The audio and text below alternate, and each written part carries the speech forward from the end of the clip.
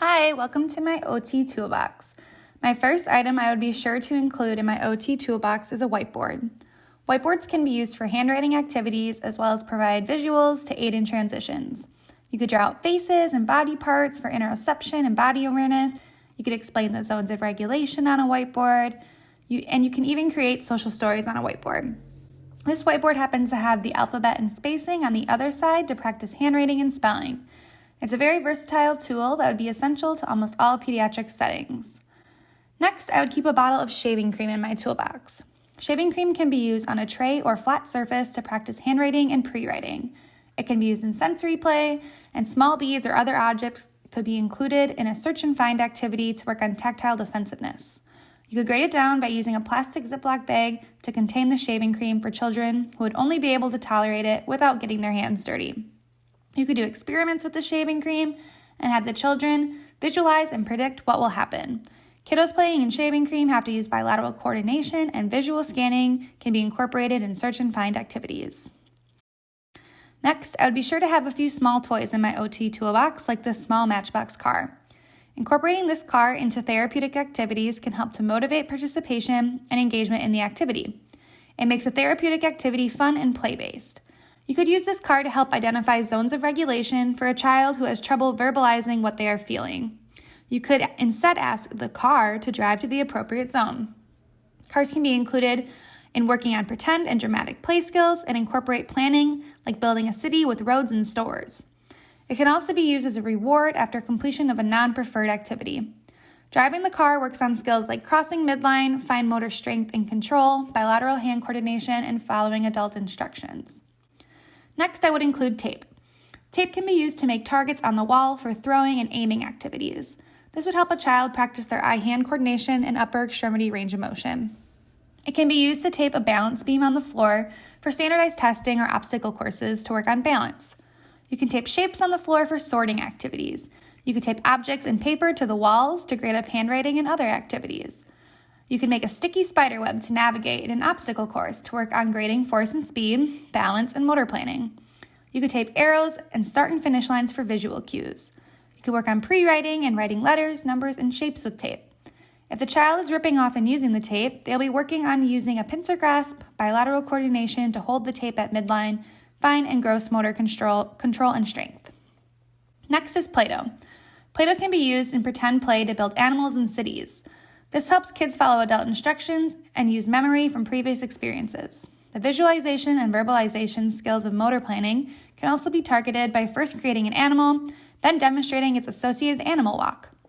You can roll the Play-Doh out to make numbers, shapes, and letters, or write in the Play-Doh to work on letter formation and spelling. This involves fine motor strength of the hands and targets academic skills. You could use the scissors to snip the Play-Doh and develop scissor skills and fine motor strength and stability. You could use the Play-Doh as a sensory tool and include various colors, smells, and textures.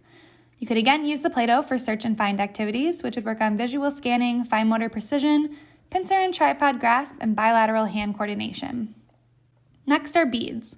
Beads can be incorporated into almost any activity. They can be used for pretend play and dress-up games. They can be used to work on academic skills like addition, subtraction, division, and multiplication based on their colors. They can be used in sorting activities. They can be the treasure in a gross motor seek and find obstacle course. This would work on a child's visual scanning, grading force and speed so as to not get caught stealing the treasure, and attention to make sure they found it all before declaring victory. The sparkly and shiny beads seem to be engaging for lots of children, and these beads are something that was used almost every day in my fieldwork placement. Next is a classic, bubbles. If the child is the one blowing the bubbles, they'll be working on fine motor stability and strength to be able to open the cap. They will need sequencing, ocular motor skills, and appropriate force and speed to be able to bring the bubble wand up to their mouth. They can then work on deep and slow breathing techniques to create the biggest bubble ever. When the therapist is blowing the bubbles, children can work on visual tracking and eye-hand coordination to be able to pop the bubbles. Body awareness and motor planning can be targeted by asking the child to use different parts of their body to pop the bubbles. You can work on academic skills like counting bubbles, and bubbles can be included in theraplay activities, which brings me to my next object. Now, this is kind of cheating because I'm counting all of these fun and simple objects as one theraplay object. Theraplay helps develop attachment. It builds engagement, self-resilience, social engagement, and empathy. It can build a positive body image, reduce stress, and engages a caregiver in shared joy, mastery, and exploration. There are a variety of activities you can use to upregulate and downregulate a child based on their needs. Additionally, these feathers can be used for pretend play and dress-up activities. They can also help a child with deep breathing by creating an obstacle course for the feather to follow. The balloons can be used for body awareness by volleying the balloon back and forth with a body part and don't let it touch the ground. These activities can be used to build engagement and attachment with children of all ages. Next is stickers. Stickers can help with engagement. You can also be used in TheraPlay in an activity called Sticker Match, where you put stickers all over your body in a silly manner and then put stickers on the child to match you. These can also be used as a reward. Stickers come in all different themes, which can be matched to a child's interests. These stickers are fruit themed, so they could even be incorporated into a feeding session for children with food aversions.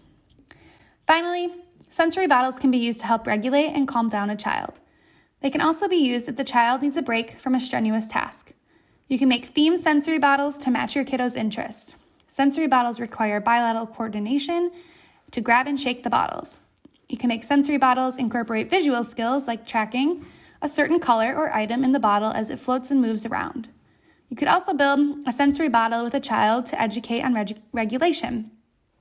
Building a bottle would incorporate fine motor precision, following adult instructions, problem solving to determine which liquids to use and what their effect will be on the bottle, and attention to task. Then a child would be able to take their bottle home or to school and use it whenever they need. All of these toolbox items are cost-effective and something that most OTs and parents probably have on hand. And here are my references for the rationale of my items. Thank you.